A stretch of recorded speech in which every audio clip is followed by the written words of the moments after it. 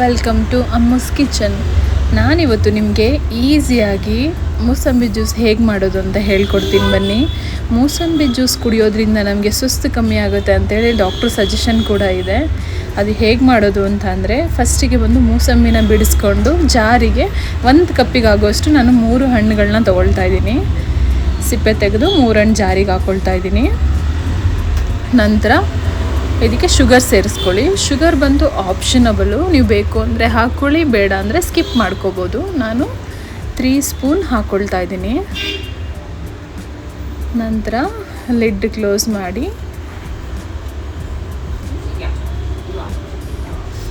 ಇದು ಬಂದು ಕಂಟಿನ್ಯೂಸ್ ಆಗಿ ರುಬ್ಬಕ್ಕೆ ಹೋಗ್ಬೇಡಿ. ಆಫ್ ಆನ್ ಈ ಥರ ಗ್ರೈಂಡ್ ಮಾಡಿದ್ರೆ ಬೀಜಗಳು ಗ್ರೈಂಡ್ ಆಗಲ್ಲ.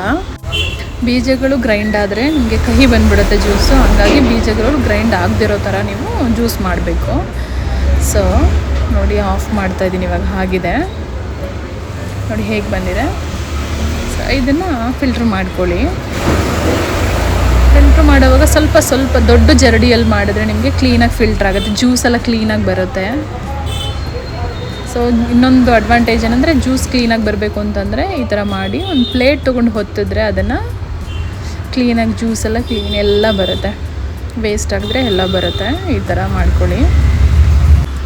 ನಂತರ ಇದಕ್ಕೆ ಸ್ವಲ್ಪ ಪೆಪ್ಪರ್ ಮಸಾಲ ಸೇರಿಸ್ಕೊಳ್ಳಿ. ಮಸಾಲ ಹೇಗೆ ಮಾಡೋದು ಅಂತ ನಾನು ನಿಮಗೆ ನೆಕ್ಸ್ಟ್ ವಿಡಿಯೋಲ್ಲಿ ತಿಳಿಸ್ಕೊಡ್ತೀನಿ.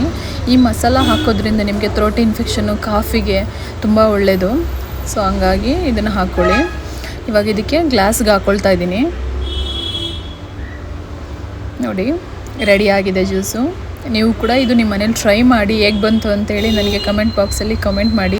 ಇದೇ ಥರ ಈಸಿ ರೆಸಿಪಿಗೋಸ್ಕರ ಅಮ್ಮುಸ್ ಕಿಚನ್ನ ಸಬ್ಸ್ಕ್ರೈಬ್ ಮಾಡಿ, ಲೈಕ್ ಮಾಡಿ, ಶೇರ್ ಮಾಡಿ. Thank you so much.